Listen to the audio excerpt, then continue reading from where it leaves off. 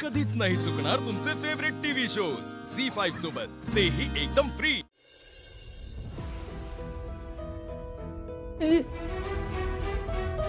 काय झालं? कुठे काय? काय शोधतेस का तू? हा ते हे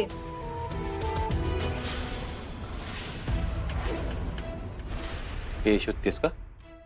तुम्हाला कुठे घावलं? दीपा, ते महत्वाचं नाहीये. महत्वाचं हे की तू किती हलगर्जीपणा करतेस.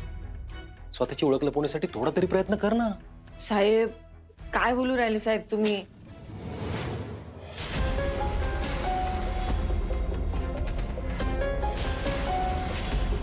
काय आहे आणि सगळं कशासाठी करतेस तू?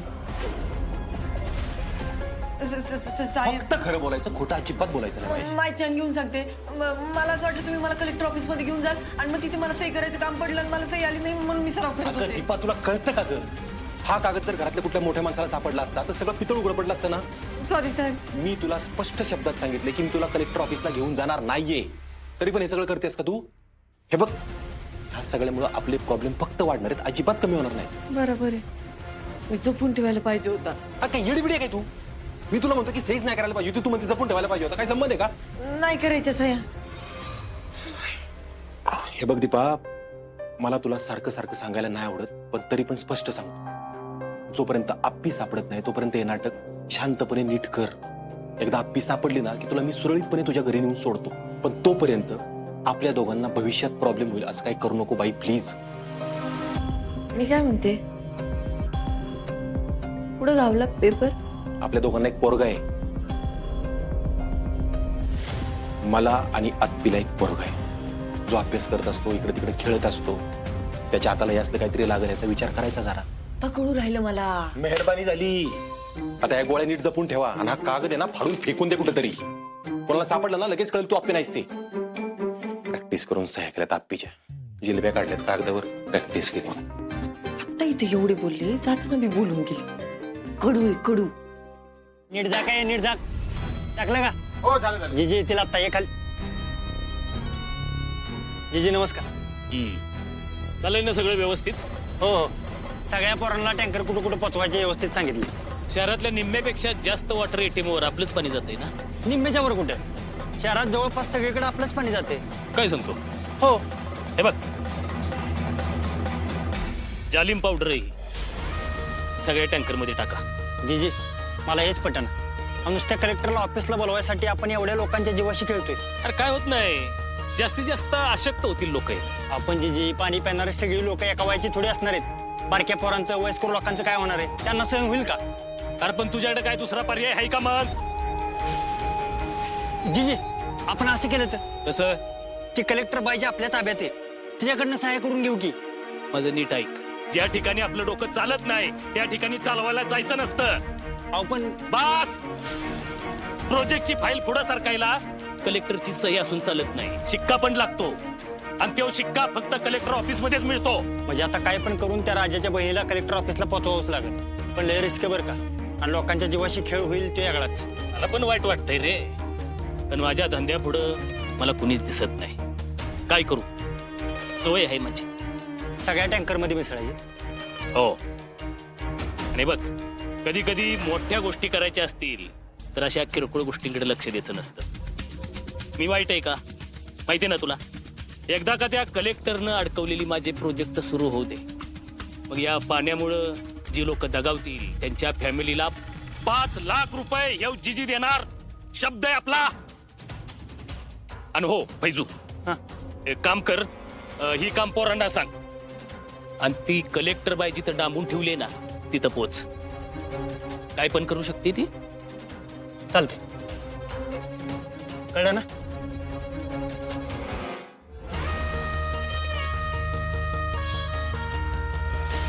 माझं नुकसान करणाऱ्याची वाट लावायला मुडदे सुद्धा पाडू शकतो हे जीजी. हे तर किरकोळ आहे. माझे प्रोजेक्ट एकदा सुरू होऊ दे, त्या कलेक्टर बाईचा कायमचा बंदोबस्त करतो मी.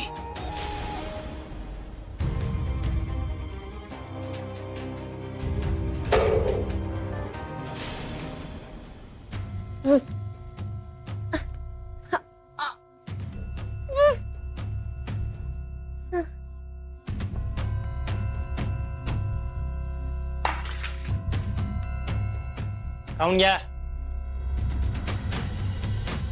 ते मला नाही राहायचं इथे. इथे राहणं अशक्य आहे आता माझ्यासाठी. अहो ह्याचा विचार आधी करायला पाहिजे होता कलेक्टर बाई. खाऊन घ्या. अहो मी काय केलंय मला सांगा ना आधी. या बघा, तुमच्या प्रश्नाचे उत्तर द्यायला मला येळ पण नाही आणि अधिकार पण नाही.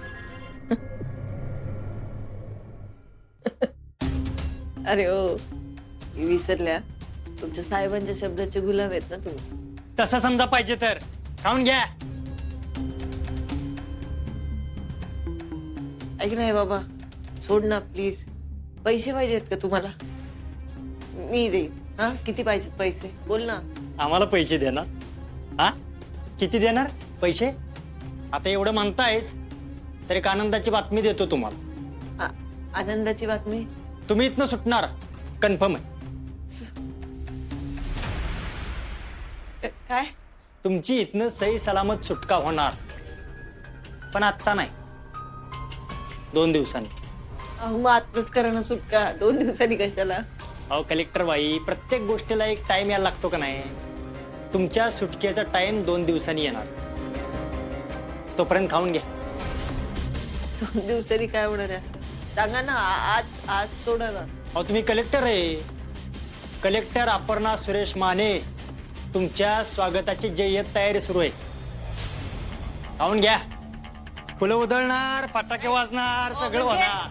म्हणजे काय? 2 दिवस. 2 दिवसाचं काय? कोणाचं स्वागत? काय काय? ओ ओ! 2 दिवस म्हणजे काय?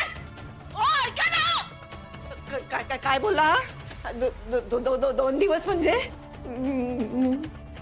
कलेक्टरची जय्यत स्वागत काय बोला? 1 मिनिट. म्हणजे यांना जे हवं आहे ते 2 दिवसात करणार आहेत का? काय बोला हा? आपली काहीतरी कर. तुम्ही काय म्हणाला तुम्ही? 2 दिवस काय? 2 दिवसांनी काय करणार आहे ते? ऐका ना.